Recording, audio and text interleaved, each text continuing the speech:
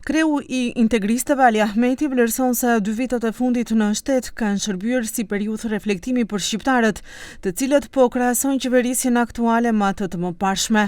Ahmeti me kritika për përfaqësuesit shqiptar në qeveri, sipas tij, premtimet për ndryshim kanë sjellë rezultate negative dhe se kundërshtarët politik do të kenë të vështirë të mbijetojnë në skenën politike dhe të konkurrojnë me BDI-n. Për ne, si Bashkim Demokratik për Integrim, këto 2 vite janë vite të vlerësimit dhe të reflektimit të shqiptarëve në tërësi. Qa bon? Ata që thanë që bon ndryshimin, sepse ardhi bëri analizë.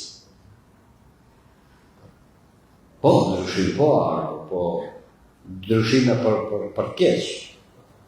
Kështu që uroj edhe ata të ndryshimit për keq, të mos I përsërisin këto gabime. Po, le të jenë përfaqësues, po përfaqësues me legjitimitet, që fitojnë zgjedhje. Kështu si kam punuar, që këto 2 vjet, vështirë kam të mbijetojnë në skenën politike, aq më shumë.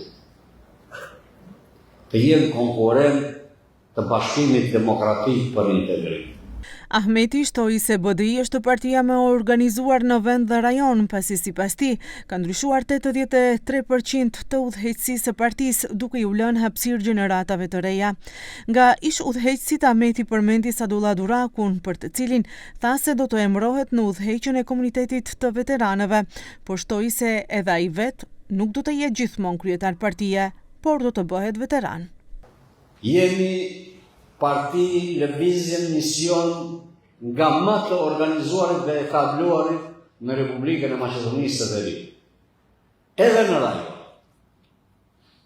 Ka forcë politike që bën 83% ndryshim të udhëheqjes, 73% të udhëheqjes së degës.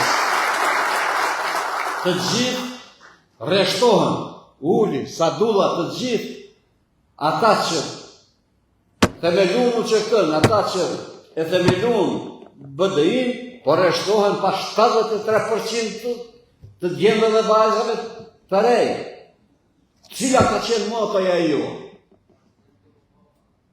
Të gjithë bashkë me ndërgjegjë dhe përgjegjësi e kemi marrë këtë vendim që Bashkimin Demokratik për Integrim duhet ta ngrisim mbi supet tona, të ngrisim gjeneratat e reja. Jo rastisht unë jo zhvonë në krye të Komitetit të Veteranëve. Sigurisht edhe Sadullah do e bojnë. Mas te e vi unë, të ri kryetar partije. Dhe unë duat të rreshtohem tek veteranët dhe të shohin antarët e BDI-s se si luftoj unë si veteran. Sipas Ahmetit, askush nuk mund të jetë përfaqësues I denj në qeveri pa legjitimitetin e popullit. Ai theksoi se shteti ka nevojë për reflektim dhe për largimin e qasjes se ai u përket vetëm maqedonasëve, duke nënvizuar se shteti është I të gjithë qytetarëve dhe se këtë e garanton marrëveshja e Ohrit. Këto komente Ahmeti I bëri në kuvendin zgjedhor të BDI-s në Kumanov.